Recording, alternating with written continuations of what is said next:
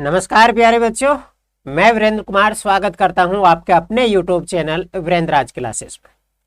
तो संविधान की क्लास में हम जो है भारत का संवैधानिक विकास पढ़ रहे थे, जिसमें हमने लास्ट क्लास में 1858 का भारत सरकार अधिनियम और 1861 का भारतीय परिषद अधिनियम पढ़ा। अब 1872 का अगर हम बात करें बच्चे, तो पॉलिटी में तो क्वेश्चन देखने को नहीं मिलता, लेकिन हिस्ट्री में कई बार क्वेश्चन पूछ लिए जाते हैं। तो सबसे पहले शुरुआत करते हैं कि नेटिव मैरिज एक्ट कब आया। तो आपका आंसर क्या होगा?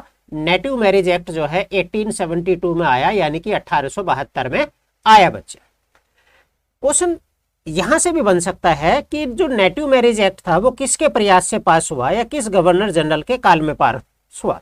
तो अगर मैं बात करूं, केशव चंद्र सेन के प्रयास से गवर्नर जनरल थे उस समय लॉर्ड नॉर्थब्रुक। कौन थे बच्चे? Lord Northbrook. तो केशव चंद्र सेन के प्रयास से लॉर्ड नॉर्थब्रुक के समय में पारित हुआ। और अगर मैं लागू होने की बात करूं बच्चे, तो लागू कब हुआ? तो आप कहोगे कि 18 जुलाई 1872 से लागू हुआ बच्चे।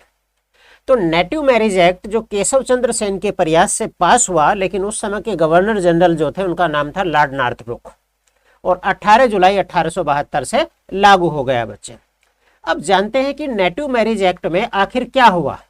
तो नेटिव मैरिज एक्ट की हम बात करें बच्चे, तो अंतर जातीय विवाह को मान्यता मिले, यानी कि जो इंटरकास्ट मैरिज थी उसे मान्यता प्रदान कर दी गई। और सबसे इंपॉर्टेंट क्या हुआ कि विवाह के लिए एक न्यूनतम आयु जो है फिक्स कर दी कि लड़कों के लिए जो मिनिमम एज है वो 18 वर्ष होगी, जो गर्ल्स के लिए मिनिमम एज है वो 14 साल रहेगी।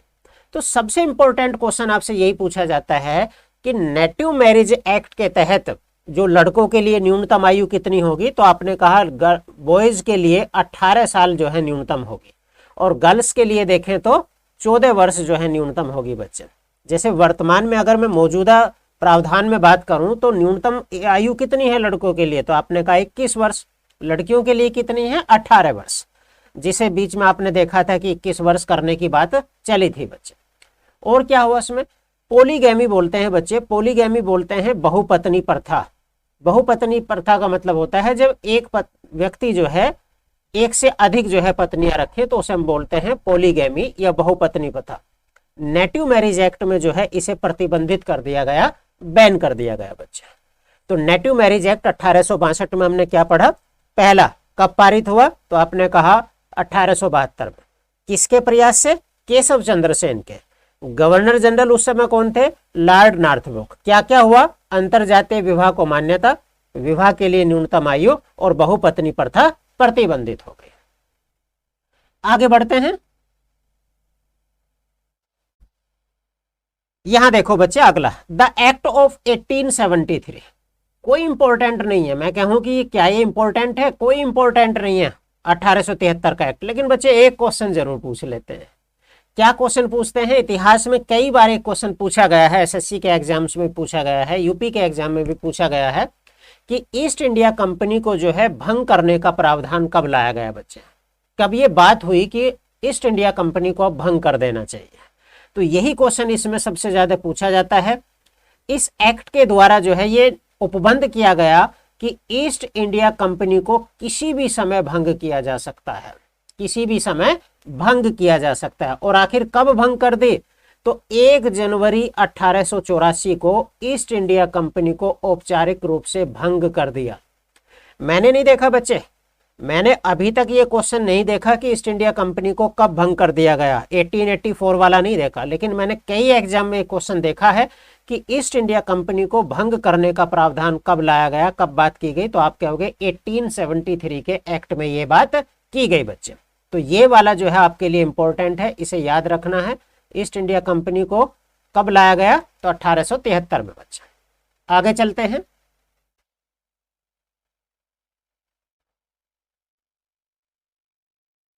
आगे समझते हैं ये क्या है। The royal title act.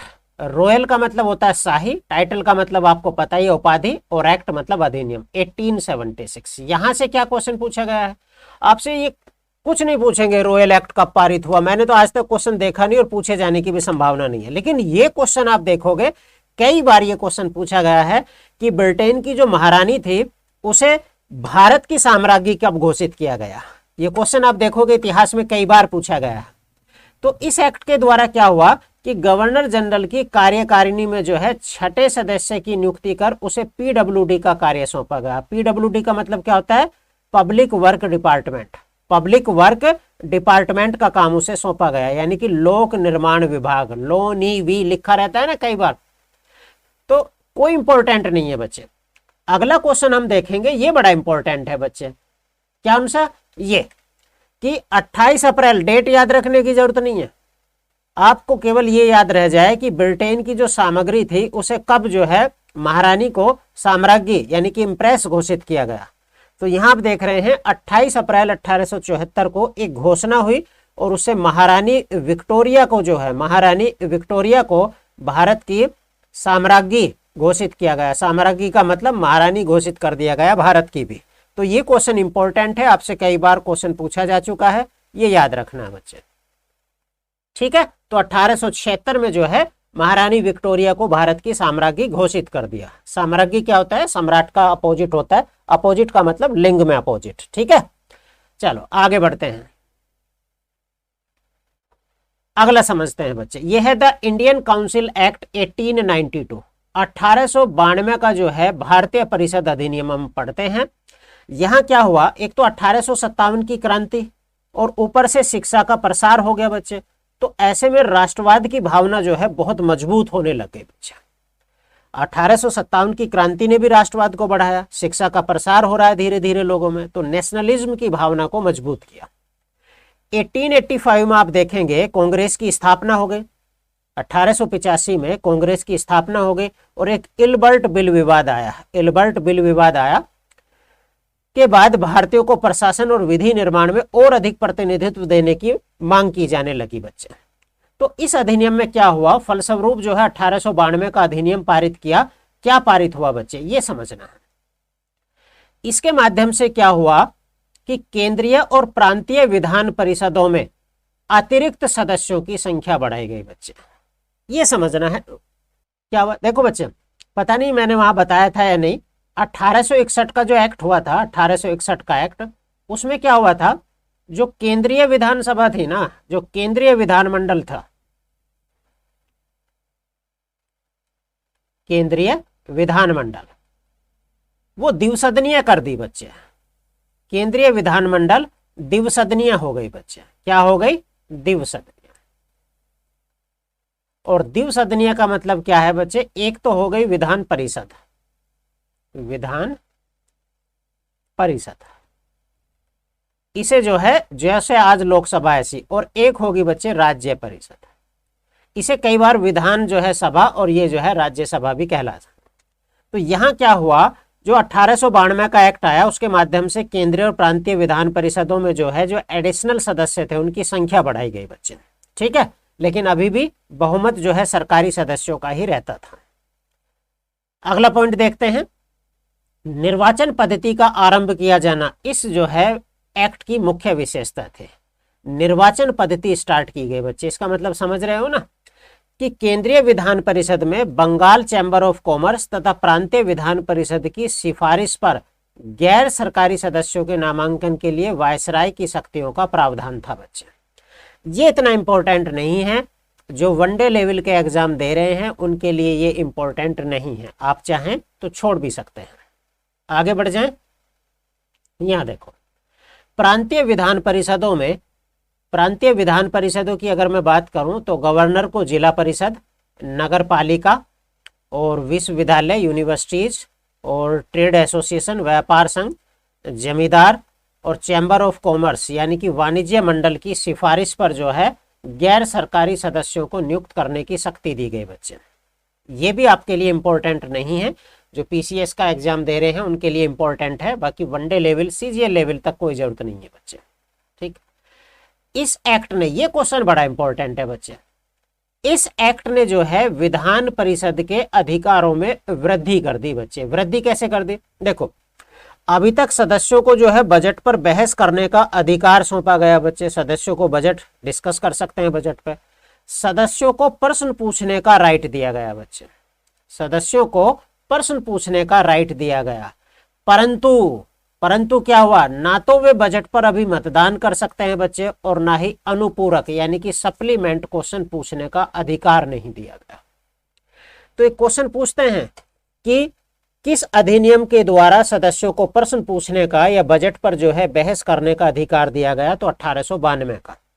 लेकिन क्या प्रश्न पूछने का मतलब अनुपूरक प्रश्न पूछना है, तो अनुपूरक प्रश्न वो नहीं पूछ सकते थे। अनुपूरक प्रश्न का मतलब होता है काउंटर क्वेश्चन आप मान सकते हो बच्चे, और ना ही जो है मतदान करने का अधिकार दिया। तो ये आपके लिए जो अधिकारों में वृद्धि हुई, ये आपके लिए बहुत इंपॉर्टेंट है। ठीक है बच्चे, क्योंकि अब आगे देखोगे तो अनुपूरक प्रश्न पूछने का भी जो है अधिकार मिलेगा अगले एक्ट में।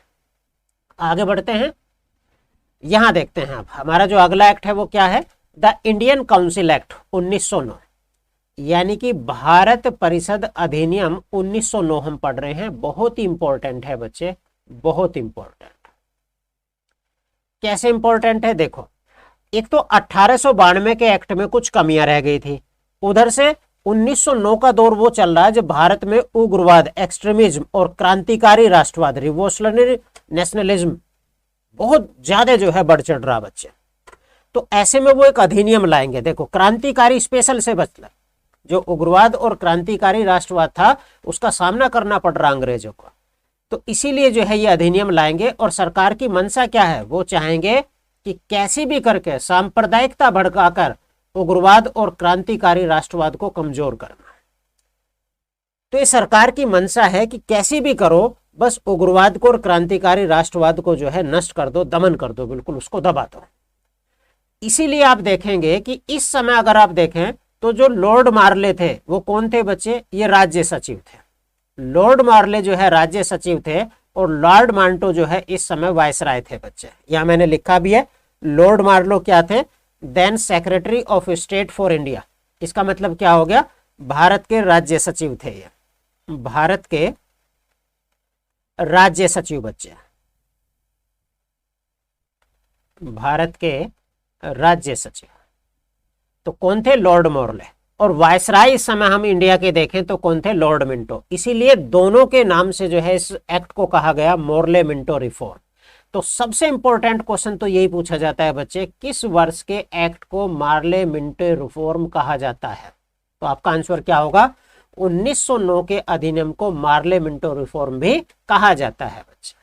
क्या क्या आया इसमें, बड़ी खतरनाक चीजें आई बच्चे। ये आप चाहो तो पढ़ सकते हो, नहीं तो जरूरत नहीं है। कि सर अरुंडेल समिति की रिपोर्ट के आधार पर जो है पारित किया गया, कोई इंपॉर्टेंट नहीं है आपके लिए। आगे बढ़ते हैं, यहां देखो बच्चे क्या क्या फीचर आई इसमें, जो विशेषताएं थी इस एक्ट की, वो क्या क्या विशेषताएं आई, क्या क्या फीचर आई। सबसे पहले क्या हुआ, केंद्रीय और प्रांतीय विधान परिषदों के आकार में वृद्धि हो गई। जो केंद्रीय विधानमंडल था, जो द्विसदनीय हुआ था 1861 में, और जो प्रांतों में विधान परिषद बनाई गई थी, उनके आकार में वृद्धि हो गई बच्चे। क्या हो गई, आकार में वृद्धि हो गई। जैसे पहले आप देखें तो केंद्रीय में आप देखें तो पहले 16 संख्या थी, अब वहां 60 हो गई बच्चा। संख्या आपको याद करने की जरूरत नहीं है बिल्कुल भी, बस ये याद रखना है किस वर्ष के अधिनियम से केंद्रीय और प्रांतीय विधान परिषदों के आकार में वृद्धि हुई। तो आपका आंसर होगा 1909 का एक्ट। ठीक है, ये बाकी चीजें आपको देखने की कोई जरूरत नहीं। अब यहां देखो बच्चे, एक क्वेश्चन पूछते हैं कि कब जो है विधान परिषद के सदस्यों को पूरक प्रश्न पूछने का राइट मिल गया बच्चे, पूरक प्रश्न पूछने का अधिकार मिल गया। तो ये क्वेश्चन है 1909 का अधिनियम, बड़ा इंपॉर्टेंट है बच्चे। अब बजट पर जो है संकल्प रख सकते थे, वो रिजोल्यूशन रख सकते थे बजट पर, और लोकहित के विषयों पर चर्चा कर सकते थे बच्चे। लेकिन मतदान का अधिकार अभी भी नहीं मिला बच्चे। लेकिन आप बात करें तो मतदान का जो है अधिकार नहीं दिया गया। तो 1909 के एक्ट में भी मतदान का अधिकार नहीं मिला बच्चे। तो क्या हुआ कि परिषदों के अधिकार में वृद्धि हुई। अब वो बजट पर रिजोल्यूशन रख सकते थे, संकल्प ला सकते थे, पूरक प्रश्न यानी कि सप्लीमेंट्री क्वेश्चन पूछ सकते थे, और लोकहित जो पब्लिक इंटरेस्ट के सब्जेक्ट थे उन पर चर्चा कर सकते थे। लेकिन मतदान का अधिकार मिला क्या बजट पर, नहीं मिला। अब देखो बच्चे आगे समझते हैं एक्ट के तहत क्या हुआ। इस एक्ट के तहत कि भारतीयों को जो है प्रशासन और विधि निर्माण दोनों कार्यों में प्रतिनिधित्व देना शुरुआत हो गया। क्या हुआ, सर्वप्रथम 2 भारतीय थे, केसी गुप्ता। सर्वप्रथम अगर हम बात करें बच्चे, सर्वप्रथम 2 भारतीय केसी गुप्ता और सैयद हुसैन को जो है, जो इंग्लैंड में भारत परिषद थी, याद है ना, 1858 के अधिनियम से भारत परिषद बनाई गई थी लंदन में बच्चे, और उसकी सदस्य 15 सदस्य थे। ठीक, तो दो भारतीय केसी गुप्ता और सैयद हुसैन को जो है इसमें शामिल किया गया। अभी तक किसी एग्जाम में नहीं पूछा गया बच्चे। लेकिन अगला क्वेश्चन, सत्येंद्र प्रसाद सिन्हा जो है उन्हें पहली बार वायसराय की कार्यकारिणी में शामिल किया गया बच्चे। ये क्वेश्चन बड़ा इंपॉर्टेंट है, बहुत सारे एग्जामों में पूछा गया है। क्या पूछा गया है कि वायसराय की कार्यकारिणी परिषद में शामिल होने वाले पहले भारतीय कौन है बच्चे। वायसराय की कार्यकारिणी में शामिल होने वाले पहले भारतीय कौन है, तो आपका नाम होगा सत्येंद्र प्रसाद सिन्हा, जिन्हें शॉर्ट में कहा जाता है एसपी सिन्हा बच्चे। ये क्वेश्चन कई बार क्वेश्चन पूछा गया है। आगे बढ़े, और किस सदस्य के रूप में शामिल किया गया इन्हें, विधिक सदस्य यानी कि लॉ मेंबर के रूप में शामिल किया गया, और बाद में इन्हें जो है लॉर्ड की उपाधि भी दी गई, टाइटल दिया गया लॉर्ड का बच्चे। आगे चलते हैं, ये इंग्लिश में लिखा है, SP Sinha was the first Indian to join the viceroy executive council, he was appointed as the law member. अब ये बड़ा इंपॉर्टेंट है बच्चे, इसने बहुत गलत काम कर दिया, यानी कि हिंदू मुसलमानों को अलग करने का काम किया बच्चे। अगर मैं 1909 के अधिनियम का सबसे इंपॉर्टेंट पॉइंट कहूं तो यही है बच्चे। कोई एग्जाम नहीं है, सभी एग्जामों में पूछा जा चुका है बच्चे, और पता नहीं कितनी कितनी बार पूछा जा चुका है। क्या पूछा जा चुका है, सांप्रदायिक प्रतिनिधित्व की प्रणाली किस एक्ट के द्वारा है। तो इसमें क्या हुआ बच्चे, इस अधिनियम ने पृथक निर्वाचन के आधार पर जो है मुस्लिमों के लिए सांप्रदायिक प्रतिनिधित्व का प्रावधान किया, सिस्टम ऑफ कम्युनल रिप्रेजेंटेशन का प्रावधान किया बच्चे। क्या होता था, इसका मतलब यह होता था कि अगर इस क्षेत्र से कोई मुस्लिम सदस्य खड़ा है बच्चे, तो उसे केवल और केवल मुस्लिम वोटर ही वोट करेंगे बच्चे, यानी कि उसके चुनाव में हिंदुओं को वोट डालने का अधिकार नहीं है। उसे जो वोट डालेंगे, यानी कि उसे जो चुनेंगे, केवल मुस्लिम मतदाता ही करेंगे। तो ये जो है पृथक निर्वाचन प्रणाली जो है 1909 के अधिनियम से इंट्रोड्यूस हुई भारत में। आपने देखा, इसके अंतर्गत मुस्लिम सदस्यों का चुनाव मुस्लिम मतदाता ही कर सकते थे। तो कहीं ना कहीं जो है ये सांप्रदायिकता को बढ़ावा था, ताकि हिंदू मुसलमान अलग हो जाएं, और क्रांतिकारी जो राष्ट्रवाद धीरे धीरे बढ़ता जा रहा है वहां जो है डाउन पड़ जाए वो। तो एक तरह से इन्होंने जो है सांप्रदायिकता को जो है लीगलाइज कर दिया, वैधानिक सांप्रदायिकता कर दिया।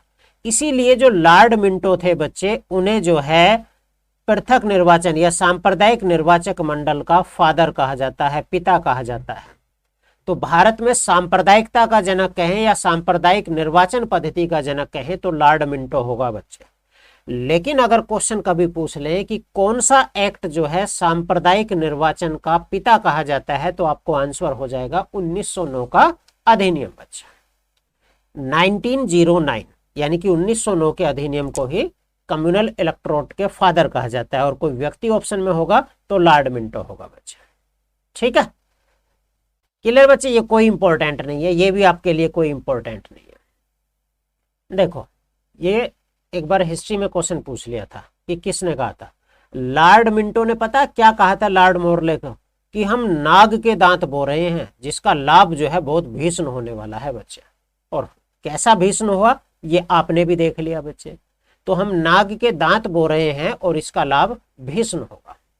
तो 1909 के अधिनियम में आपको क्या क्या चीजें याद रखनी है बच्चे। एक तो मार्ले मिंटो रिफॉर्म कहते हैं, सांप्रदायिक निर्वाचन प्रणाली को लागू किया इससे, और केंद्रीय परिषदों के अधिकारों में वृद्धि हुई। अब वे बजट पर संकल्प रख सकते हैं, बहस कर सकते हैं, पूरक प्रश्न पूछ सकते हैं, लेकिन मतदान नहीं कर सकते बच्चे।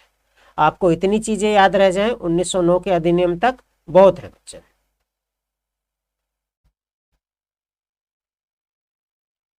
ठीक है बच्चे, तो चलो 1909 के अधिनियम तक रखते हैं बच्चे। इससे आगे के हम पढ़ेंगे 1919, 1935 की अगली क्लास में हम पढ़ेंगे।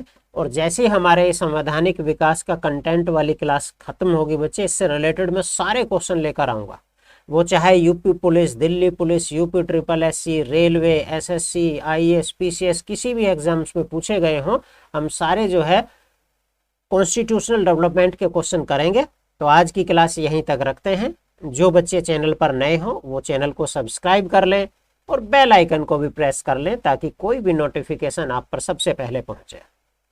आपको वीडियो अच्छी लग रही हो, हमारी क्लास पसंद आ रही हो तो लाइक भी कर दिया करें बच्चे और कमेंट करें बच्चे। आपका कोई सुझाव हो या कोई चीज़ समझ में नहीं आ रही हो, कोई भी बात हो बच्चे कमेंट करें और बच्चे अपने दोस्तों में से वीडियो को शेयर भी कर दिया करें ताकि हमारे चैनल और हमारी वीडियो की पहुंच भी जो है और लोगों तक हो जाए। तो अगली क्लास में मिलते हैं। पढ़ते रहिए, मस्त रहिए, खुश रहिए।